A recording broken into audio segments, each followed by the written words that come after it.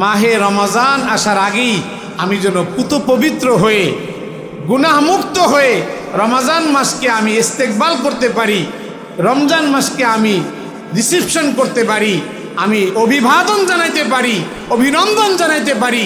এরপরে রমজানের প্রথম দশকে আমি রব্বে কারীমের পক্ষ থেকে রহমতের ভাগী হতে পারি, রহমতের চাদর দিয়ে যেন আমি আচ্ছাদিত হয়ে যাই, রহমতের সাগরে যেন আমি হাবুডুবু খেতে পারি, রহমতের পানি দিয়ে যেন আমি গোসল করে পবিত্র হয়ে মাগফিরাতের দশকে তাশরিফ নিয়ে ক্ষমার ঘোষণা নিয়ে জাহান্নাম থেকে মুক্ত হয়ে আমি যেন ঈদগাহে যেতে পারি। এজন্যই মাহে রমজান আসে। রমজান মাস বেশি বেশি কোরআন তেলাওয়াতের মাস, কোরআনের সাথে সম্পর্ক রাখার মাস। বিধায় হাজী মাসুদ আরা বেগম এই হাফিজিয়া মাদ্রাসার আজকের এই মাহফিল, আজকের এই মজলিসটা আমি মনে করি এই সবুজবাগ এলাকাবাসীর জন্য এটা অনেক বড় সৌভাগ্যের একটা ব্যাপার যে একটা মুবারক মজলিসে এসে আমরা রমজান সংক্রান্ত কিছু এমন কথা শুনে যাই যে আজকের থেকে আমি আর 2 দিন বাকি আছে রমজানকে ইস্তেকবাল করার জন্য, রিসিপশন করার জন্য আমরা সকলে তৈরি থাকবো তো ইনশাআল্লাহ। আজকে যদি দেশের ভিন্ন দেশের কেউ আসে, আমাদের দেশে এই যে নির্বাচন হয়ে গেল, নতুন সরকার গঠন করবে, এর জন্য সার্কভুক্ত দেশগুলোর প্রধানকে দাওয়াত দেওয়া হয়েছে। ওই দেশের প্রধানরা আসবে, তো এই দেশের মানুষ গিয়ে এই দেশের যারা ওই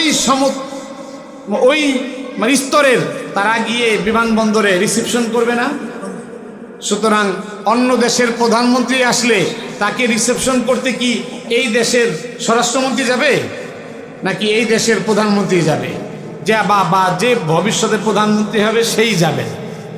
অন্য দেশের যদি পররাষ্ট্রমন্ত্রী আসে তাহলে এই দেশের যিনি পররাষ্ট্র লেভেলের ওই মন্ত্রী যাবে, না হয় সচিবরা যাবেন।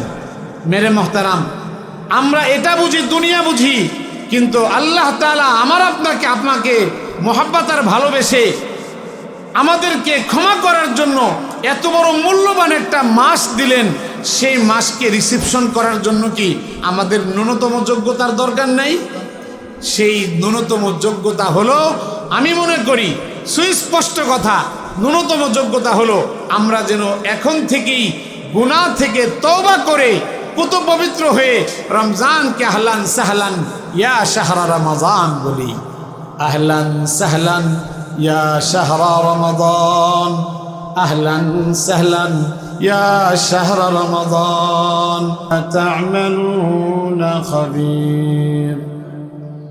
وقال الله سبحانه وتعالى في آية أخرى إنما يخشى الله من عباده العلماء.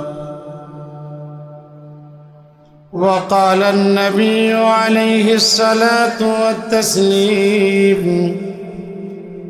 شعبان شهري ورمضان شهر الله، أو كما قال عليه الصلاة والسلام.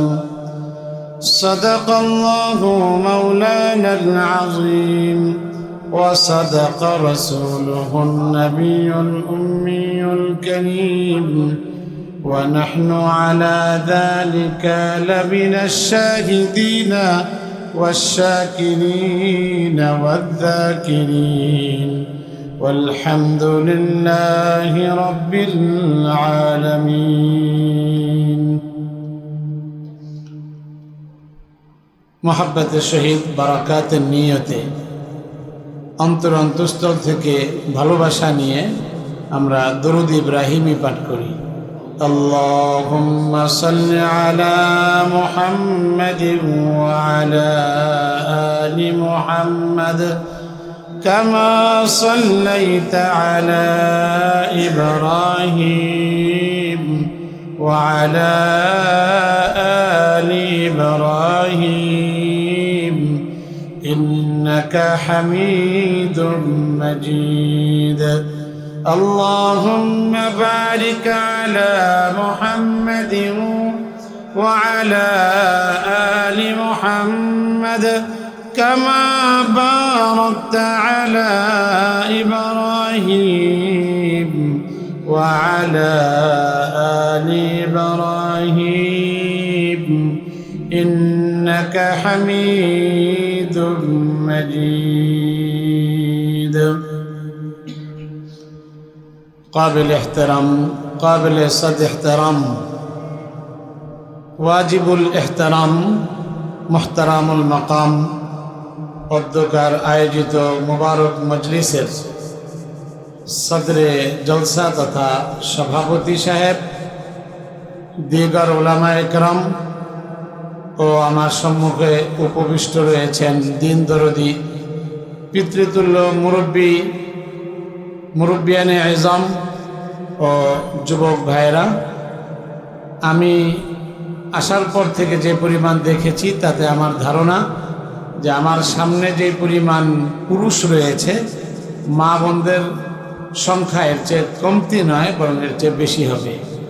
বিধায় পর্দার আড়ালে আমার মোহতারামা ও শ্রদ্ধা মা ও বোনেরা,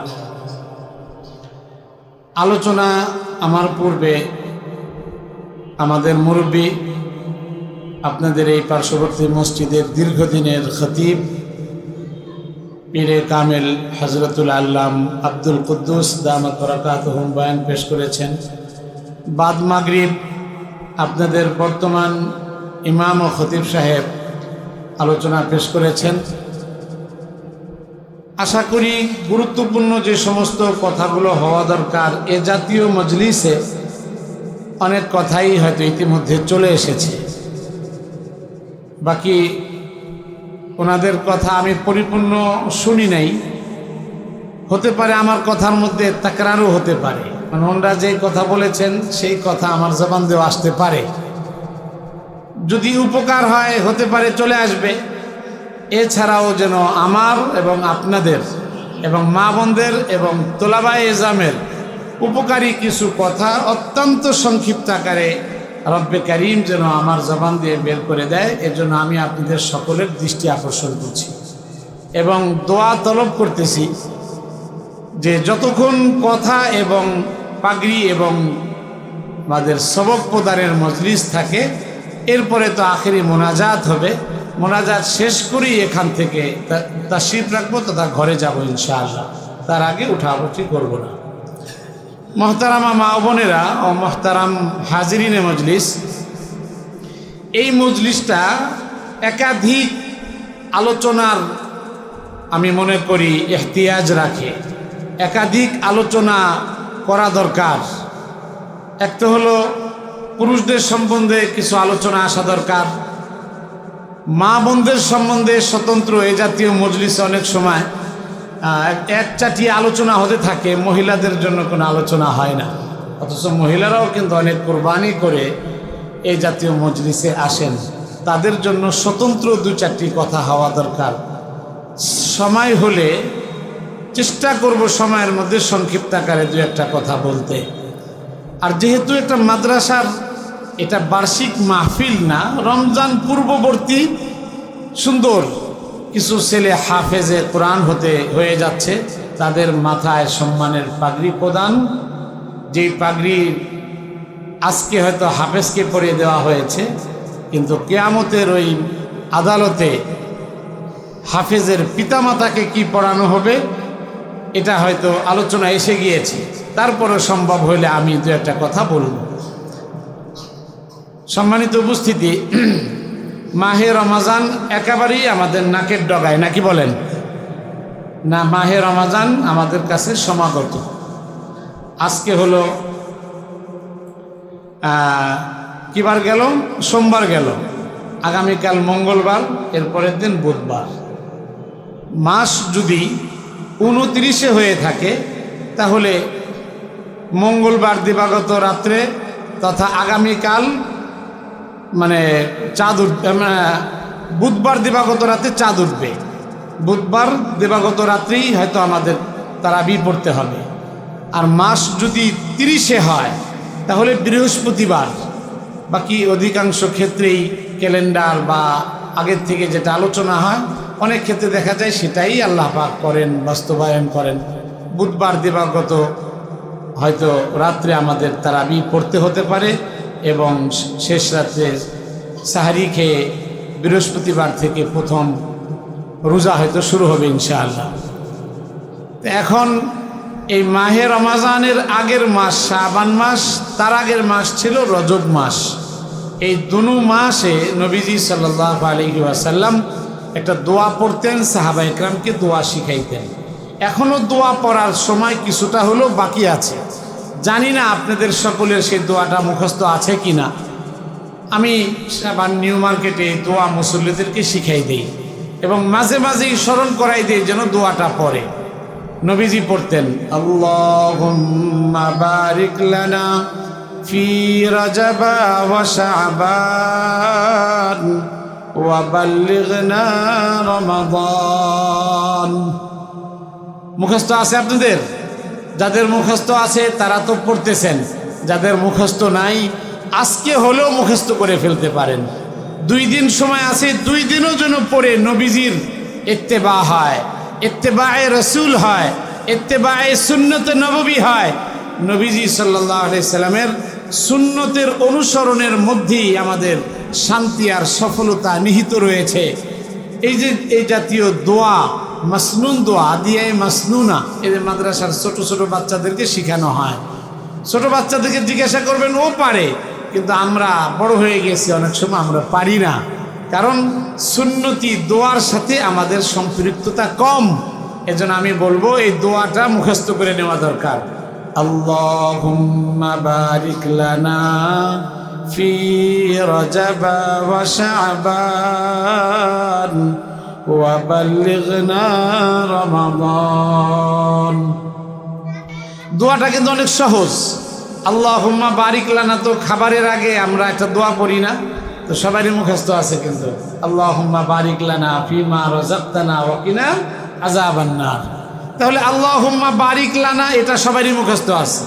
আমার সামনে যত মুরব্বী এবং যুবক ভাইরা আছেন তাদেরও মুখস্থ আছে, আমার মোহতারামা মা ও বোনদের মুখস্থ আছে। একটু মনোযোগ সহকারে যদি কথাবার্তা না বলে আমি আর 1বার 2বার এই দোয়াটা পড়ব, এবারের জন্য এবং ভবিষ্যতের জন্য যেন এই দোয়াটা, নবীর এই দোয়াটা ছুটে না যায়। আল্লাহুম্মা বারিক লানা।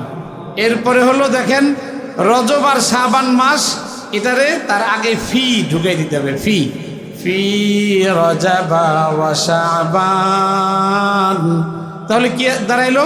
আল্লাহুম্মা বারিক লানা ফি রজব ওয়া শাবান। এই বন্ধ রাখেন। আশা করি অনেকেরই মুখস্থ করে হয়ে গেছে, ধরে নিতে পারতেছেন। আল্লাহুম্মা বারিক লানা ফি রজব ওয়া শাবান। এরপরের মানে অংশটুকু হলো ওয়া বাল্লিগনা। সবাই বলেন ওয়া বাল্লিগনা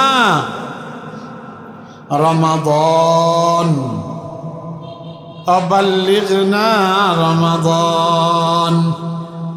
তাহলে পারা যাবে না?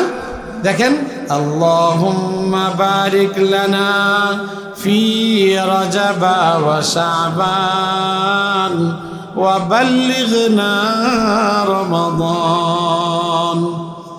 এই দোয়াটার অর্থ হলো, প্রভু হে আমাকে রজব এবং শাবান মাসের মধ্যে আমাদের জন্য বরকত নাজিল করুন, বরকত দান করুন এবং আমাদের হায়াত বৃদ্ধি করে রমজান পর্যন্ত আমাদেরকে পৌঁছে দিন।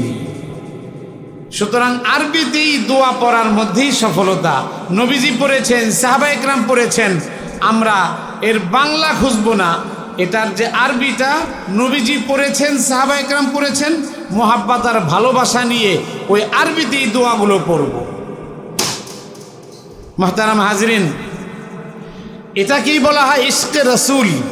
নবীজি কখন কি করতেন, 24 ঘন্টার সময় কেমনে কাটাইতেন, এটাকে জেনে জেনে উলামা ইকরামের থেকে ইলম অর্জন করে করে আমার ঘুমানো থেকে নিয়ে ঘুম থেকে ওঠা পর্যন্ত, ঘুম থেকে উঠে আবার রাত্রিবেলায় ঘুমানো পর্যন্ত এই পুরা 24 ঘন্টা সময় আমার আকায়ে নামদার তাজদারে মদিনা সরকারে দুজাহা রহমাতুল লিল আলামিন, আমার আপনার কলিজার টুকরা নয়নমণি মাথার তাজ সরওয়ারে কায়নাত রহমাতুল লিল আলামিন সাল্লাল্লাহু আলাইহি ওয়াসাল্লাম কিভাবে চলছেন তার পুরা 23 বছর জীবন, প্রত্যেকটা মুহূর্ত কিভাবে পরিচালনা করেছেন, এটা জেনে জেনে যদি আমি আমল করতে পারি, বাস এই আমলটাই আমাকে নাজাতের জন্য সওয়াব হবে।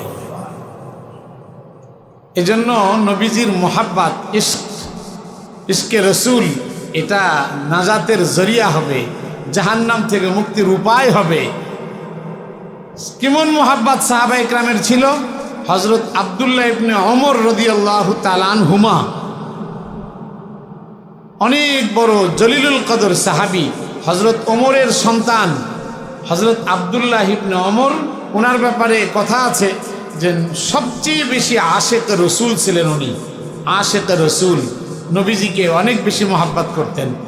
তো ওনার মোহাব্বতের একটা পরিচয়, মোহাব্বতের একটা দৃষ্টান্ত এভাবে হাদিসের মধ্যে আছে বা ঘটনাচক্রে আজ পর্যন্ত পৌঁছেছে যে হযরত নবীজির ইন্তেকালের পরে অনেক দিন পরে হযরত আব্দুল্লাহ ইবনে ওমর রাদিয়াল্লাহু তাআলা আনহুমা সাহাবী হিসেবে নবীজিকে দেখেছেন। ওনার সাথে ওনার ছাত্র হিসেবে অনেক তাবিঈ যারা নবীজিকে দেখে নাই তারা চলতেন। তো রাস্তা দিয়ে চলতেছে ছাত্রসহ, শাগির্দসহ, মুরিদসহ, হঠাৎ করে এক জায়গায় হযরত আব্দুল্লাহ ইবনে ওমর একটু পেশাব করা বা ইস্তেঞ্জা করার জরুরত সারার একটা বাহানা করে বসে গেছেন। কোনো জরুরত সারেন নাই, পেশাব করেন নাই, ইস্তেঞ্জা করেন নাই, বসে গেছেন। বসে কিছুক্ষণ পরে আবার উঠে রওনা দিচ্ছেন। তো এখন স্বাভাবিকভাবে যদি অভ্যাসের বিপরীতে কোনো কাজ কাউকে করতে দেখে, তাহলে সবাই জিজ্ঞাসা করে না যে হুজুর এটা কেন করলেন, ভাই এটা কেন করলেন, বস এটা কেন করলেন? তো ওই ওনার সাথী যারা ছিলেন তারা জিজ্ঞাসা করলেন, হে আল্লাহর নবীর সাহাবী, আপনি এমনটি কেন করলেন? তখন হযরত আব্দুল্লাহ ইবনে ওমর রাদিয়াল্লাহু তাআলা আনহুমা উনি বললেন যে আমরাও একদিন নবীজির সাথে এভাবে চলতেছিলাম রাস্তা দিয়ে, ঠিক এই জায়গায় যখন আসছেন নবীজি সাল্লাল্লাহু আলাইহি ওয়াসাল্লামের প্রয়োজন সারতে হবে, অর্থাৎ তার জরুরতের সারার প্রয়োজন হলো, তথা তিনি ইস্তেঞ্জা করবেন, পেশাব করবেন। এজন্য তিনি রাস্তার পাশে একটু ঢালুতে গিয়ে একটু আড়ালে এখানে বসে নবীজি সাল্লাল্লাহু আলাইহি ওয়াসাল্লাম ইস্তেঞ্জা করেছিলেন। আমি নবীজিকে এত ভালোবাসি, এত মোহাব্বত করি, নবীজি এই রাস্তা দিয়ে চলছেন আর এখানেই যেহেতু নবীজি ইস্তেঞ্জা সারতে বসছিলেন, আমার ইস্তেঞ্জার প্রয়োজন হয় নাই ঠিক, তবে আমার মনে হলো নবীজির পদাঙ্ক অনুসরণের জন্য এখানে বসলে এটা নবীজির পরিপূর্ণ পদাঙ্ক অনুসরণ হবে, এজন্য আমি একটু বসলাম, এরপরে আবার উঠে গেলাম। এটাকেই বলা হয় ইশকে রসুল, এটাকে বলা হয় হুব্বে রসুল। মেরে মোহতারাম, এ জাতীয় সাহাবা ইকরাম, অনেক সাহাবা ইকরামের ঘটনা আছে। বিধায় নবীজি যে দোয়া পড়তেন সে দোয়াটার অনুসরণ করা এটা তাহলে কত বেশি জরুরি। সাহাবা ইকরাম শুধু একটু বসছেন, সেটাকেও মত পর্যন্ত ওই রাস্তা দিয়ে গেলে সেখানে বসতেন। আর নবীজি যেটা নিজে পড়েছেন, সাহাবা ইকরামকে শিখাইছেন, কিয়ামত পর্যন্ত চলবে। কিন্তু আমি আর আপনি যদি নবীজির এই সুন্নতের মোহাব্বত আর ভালোবাসা অন্তরে ধারণ না করি, তাহলে বয়ান শুনলাম আর এরকমভাবে জানলাম, কিন্তু আমল না করলে এই বয়ান শোনার আর জানার কোনো ফায়দা নেই। এজন্য আমলটা করবো তো ইনশাআল্লাহ।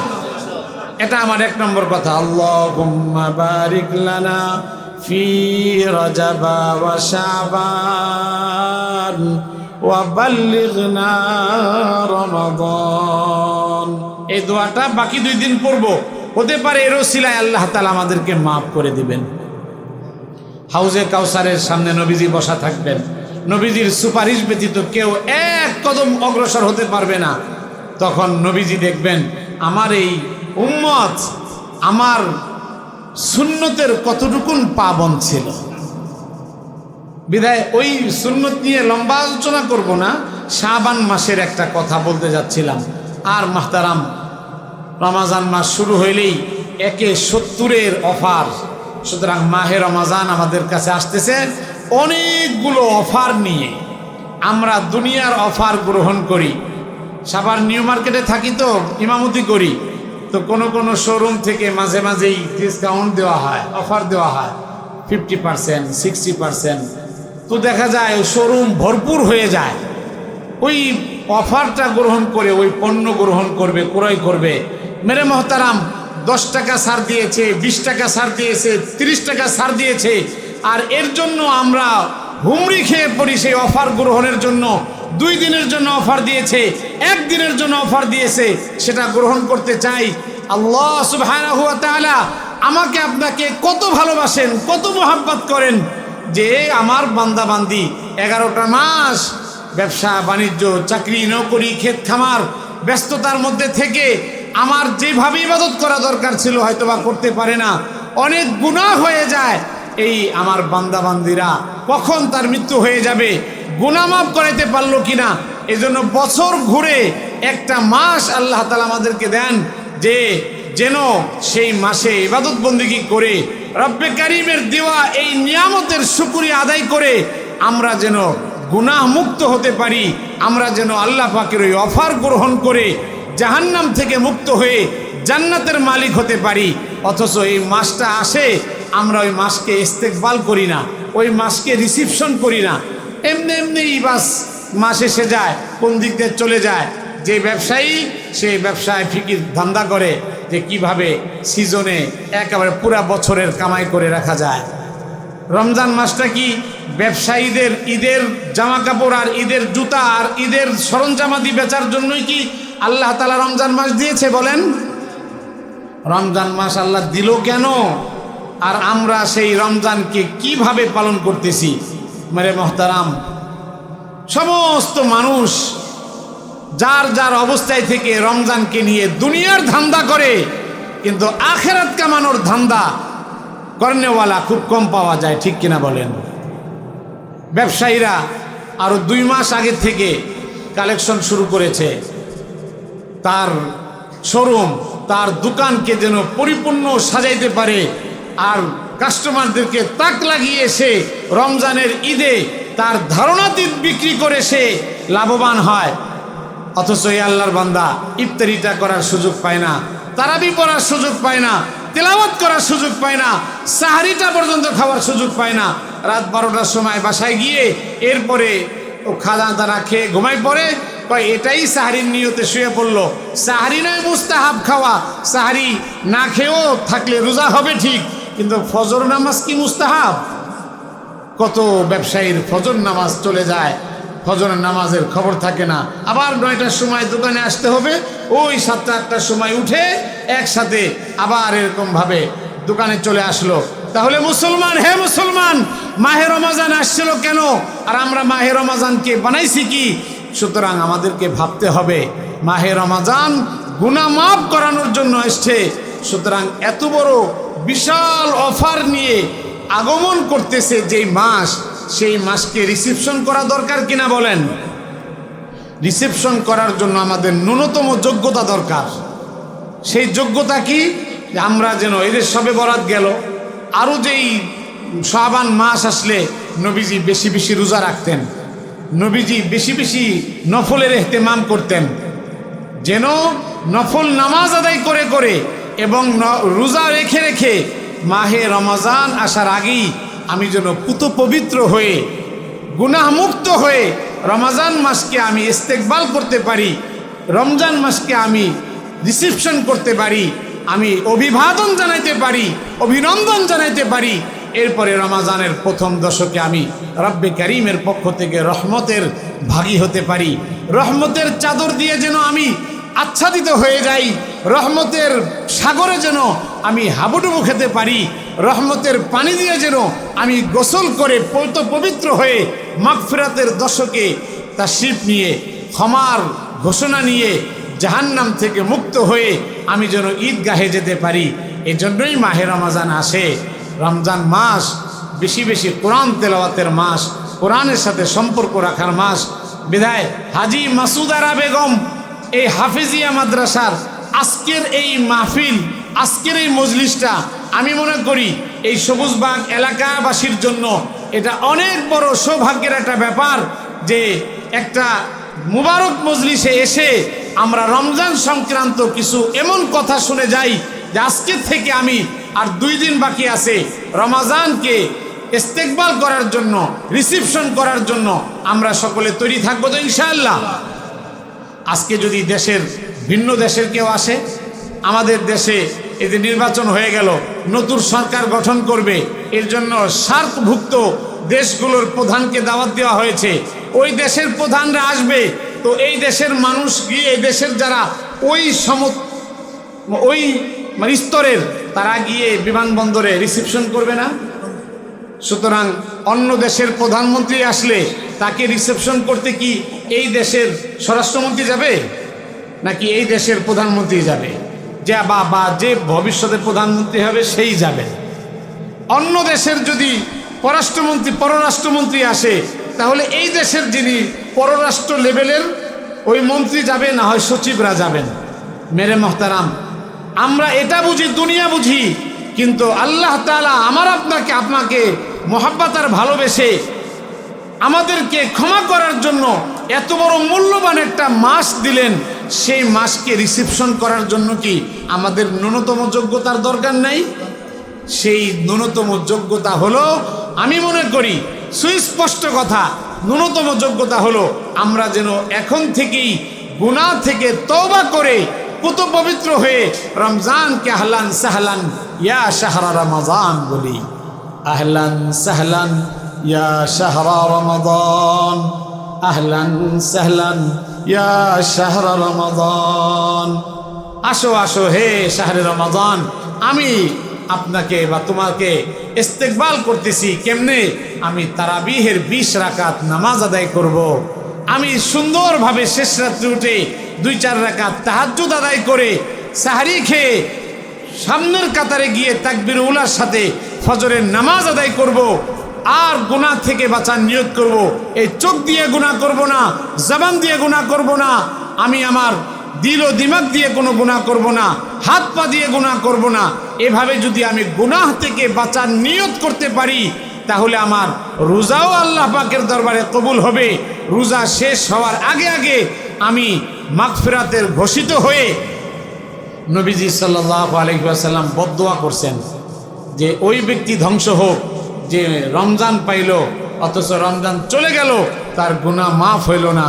আমরা কি কখনো কোথায় দেখছি যে রমজান শেষ হয়ে যাচ্ছে আমার গুনাহ কি মাফ হয়েছে কিনা? রমজানের আগে আমার যে আমলের অবস্থান ছিল, রমজান চলে গেল, আমার কি কোনো পরিবর্তন আসছে কিনা? এইটাই হলো আমাদের দুর্বলতা। মহতারাম, অনেক ওয়াজ না, আজকে সবক নিয়ে যান যে আজ পর্যন্ত এই যে আজকে 16ই ফেব্রুয়ারি, 27শে শাবান মনে করেন, আজ পর্যন্ত আমাদের আমলের যে অবস্থা ছিল, আমরা সামনে একটু থার্মোমিটার দিয়ে মাপতে শুরু করি যে রমজান আসবে, রমজানের মধ্যে আমি ইবাদত বন্দেগী করব। করতে করতে করতে রমজান যখন শেষ হয়ে গেল, তো আমার থার্মোমিটার দিয়ে কেটে ধরা পড়েছে যে আমার আমলের অবস্থা যদি 60% থাকে, আমার তো এখন 100% হওয়া দরকার। নামাজের প্রতি আমার মনোনিবেশন বাড়ল কিনা, তেলাওয়াতের প্রতি আমার আগ্রহ বাড়ল কিনা, উলামায়ে কেরামের প্রতি আমার শ্রদ্ধা বাড়ল কিনা, আল্লাহ পাকের হুকুম মানার প্রতি আমার দিল তৈরি হলো কিনা, সুন্নত নবী অনুযায়ী চলার জন্য আমার দিল তৈরি হলো কিনা। মেরে মোহতারাম, এতটুকুন আপনাদের কাছে জিজ্ঞাসা রেখে গেলাম, এবং প্রত্যেকেই এটা জিজ্ঞাসা করে করে নিজের জীবনের পরিবর্তন আনবেন।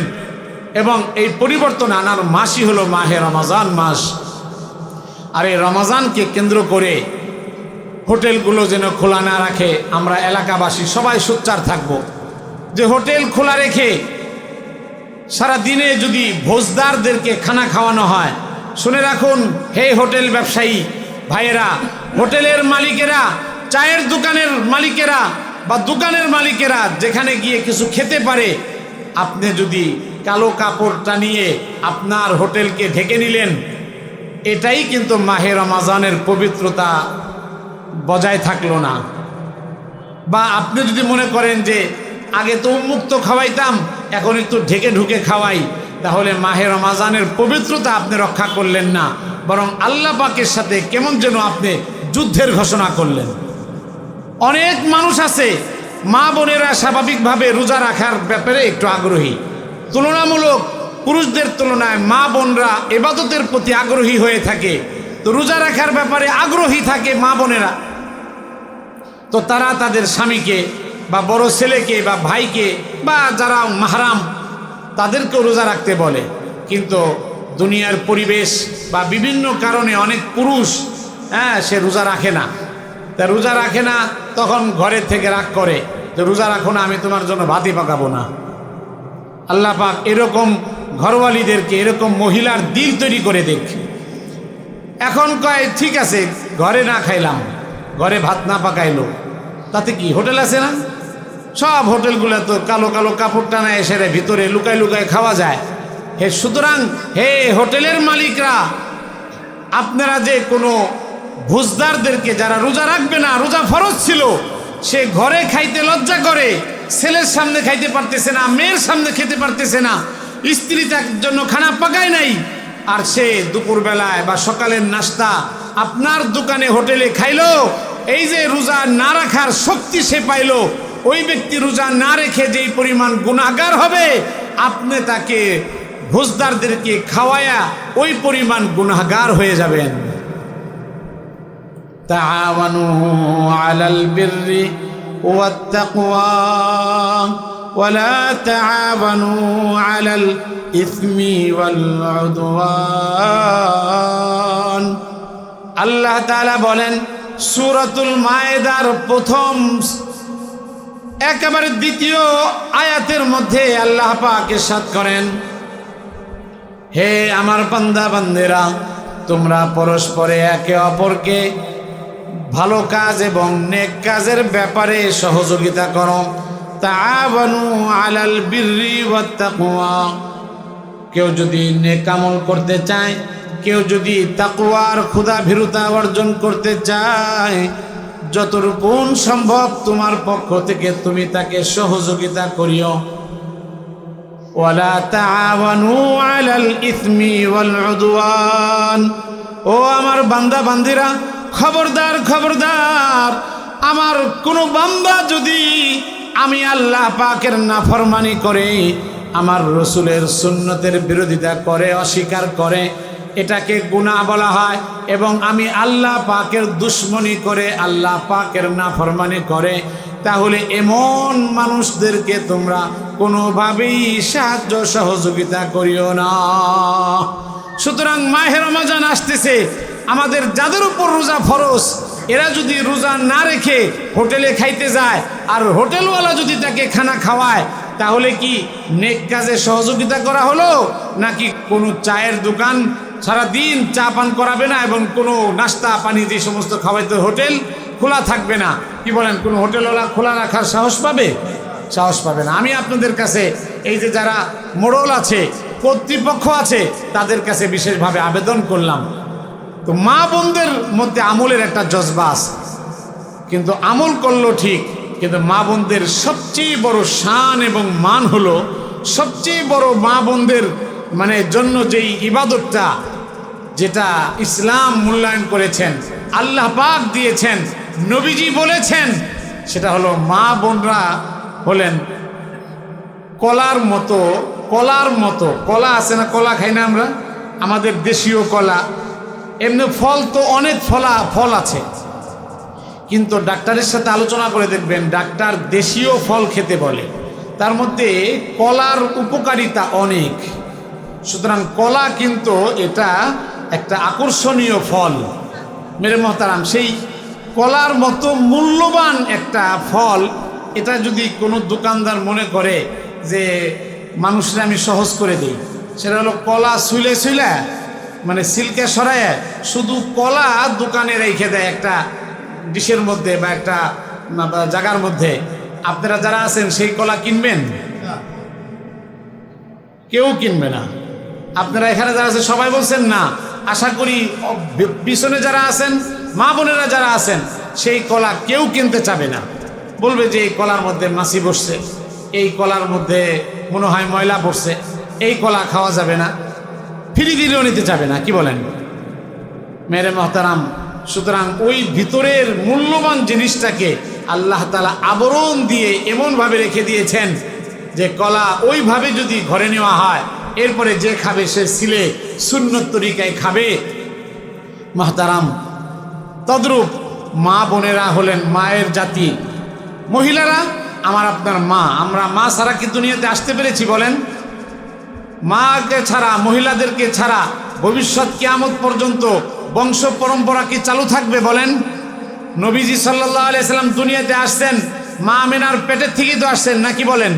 সুতরাং মায়ের জাতি সবচেয়ে বড় সম্মানের জাতি, ইজ্জতের জাতি। এ কথা আমি মাহফুজ হায়দার কাসিমের কথা নয়, এ কথা আল্লাহর কথা, এ কথা নবীজির কথা, এ কথা ইসলামের কথা, মুসলমানের আকীদার বিশ্বাস। সুতরাং একজন আলেম যারা হন তারা মুসলমান হিসাবে মা বোনদেরকে, নারীদেরকে সবচেয়ে বড় ইজ্জতের কথা বলে।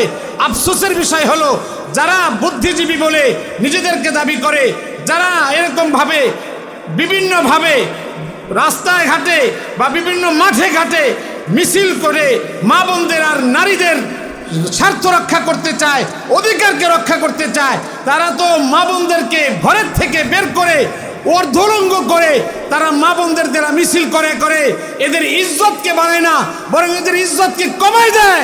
আর উলামায়ে কেরাম এ পর্যন্ত কিয়ামত পর্যন্ত বলতে থাকবে মা বোনরা হলো ইজ্জতের জাতি।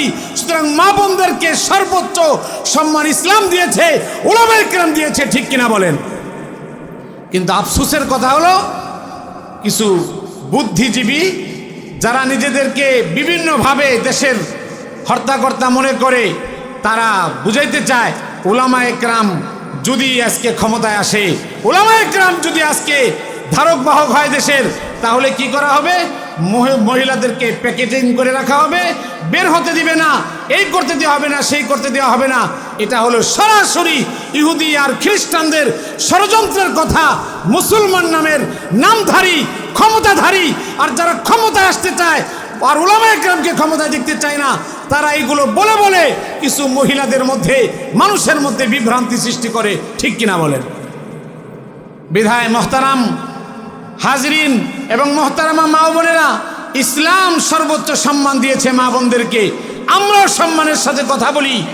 মা বোনরা বাহিরে চাকরি করবে, ব্যবসা করবে, মা বোনেরা এমপি হবে, মা বোনেরা প্রয়োজন বোধে ক্ষমতার অধিকারী হবে, কিন্তু সেটাও শালীনতার সাথে সে চলবে, অশালীনভাবে নয়, শালীনতার সাথে, বুরকার সাথে চলবে। কথা বলবে, সমস্যা কি আছে?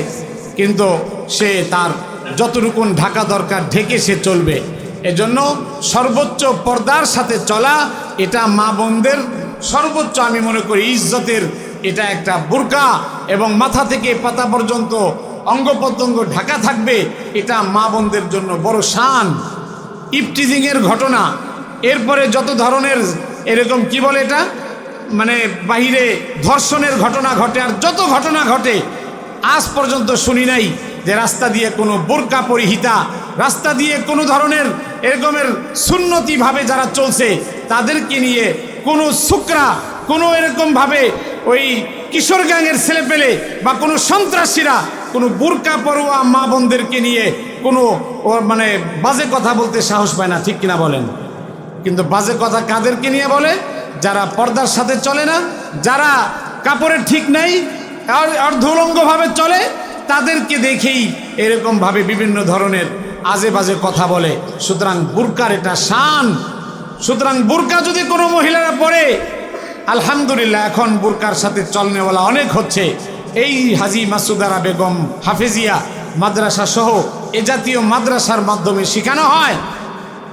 এখানে মনে করেন ছেলে দেওয়ার জন্য পুরুষ গার্জিয়ানও আসে, মহিলা গার্জিয়ানও আসে। কর্তৃপক্ষ আশা করি এটার ব্যবস্থা গ্রহণ করবেন বা করেছেন, যে আমাদের অভিভাবিকদেরকে নিয়েও মাঝে মাঝে তালিমের ব্যবস্থা করা, পুরুষদেরকে নিয়ে আলাদা তালিমের ব্যবস্থা করা। ওই মহিলারা যেন তার ছেলেকে যে মাদ্রাসায় দিচ্ছে, শুধু যাওয়া আসা নয়, এই ছেলেকে আলেম বানাবে, হাফেজ বানাবে, সাথে সাথে এই মাও যেন আলেমের মা হবে, হাফেজের মা হবে, তার ব্যক্তিগত জীবনে বোরকা সহ, পর্দা সহ পুরা ইবাদতওয়ালা জিন্দিগি তার হয়। এই মাদ্রাসাগুলো থেকে এটাও শেখানো দরকার। আমি মনে করি হাফেজ আক্তার ভাইকে আগেও বলেছিলাম, আশা করি ইন্তজাম করবেন। মাশাআল্লাহ হাজী সাহেব তো এগুলো জানেন, আমাদের সাথে ওনারা পরামর্শ করে মাদ্রাসা পরিচালনা করেন, বিধায় এই ইন্তজাম থাকবে মা বোনেরা যেন এখান থেকে পর্দার শিক্ষা নিয়ে যায়। পর্দা হলো নারীর ভূষণ, সর্বোচ্চ সৌন্দর্য বিষয়। এই ব্যাপারটাও আজকের এই মাহফিল থেকে আমি বিশেষভাবে দৃষ্টি আকর্ষণ করছি। আর সর্বশেষ কথা যেটা, সেটা হলো এখনই ইনশাআল্লাহ হাফেজে কোরআনদের মাথায় ওই সৌভাগ্যের আর ইজ্জতের শান, ইসলামের শিয়ার পাগড়ি পরিধান করানো হবে। এরপরে কিছু ছেলেরকে হেফজ সবক দেওয়া হবে, নাজেরা সবক দেওয়া হবে, আমপারা সবক দেওয়া হবে। এই যে এটা যে কত বড় মুবারক, ইতিপূর্বে আমি আপনাদেরকে বলেছি, আশা করি পূর্বের হযরতগণ বলেছেন, এখন আর আমি লম্বা করছি না। এতটুকুন যে এই যে হাফেজে কোরআন হলো, এ তো আশা করি আমলের উপর থাকলে নিশ্চিত জান্নাতি হবে ইনশাআল্লাহ। সাথে সাথে তার পিতা মাতা এবং তার পরিবারভুক্ত এমন 10 জনের জন্য তাকে অধিকার দেওয়া হবে। কিয়ামতের দিন বলা হবে, ও হাফেজে কোরআন, আমি কি শুধু তোমাকে একা জান্নাতে পাঠাবো? না না না, আমার এই কোরআনের শান ও মান, আমি রহমানুর রহিম, তোমাকে তো আমি নিজ জিম্মায় জান্নাতে প্রবেশ করাবো। তোমার পরিবারভুক্ত এমন 10 জনকে তুমি সুপারিশ করো যাদের ব্যাপারে জাহান্নাম ওয়াজিব হয়ে গিয়েছিল, এরকম 10 জনকে তুমি সুপারিশ করে করে জান্নাতে নিয়ে যাও। সুতরাং আপনাদের কি মনে চায় না যে আপনাদের পরিবার থেকে কাউকে না কাউকে হাফেজ বানিয়ে এরপরে নিশ্চিত ওই 10 জনের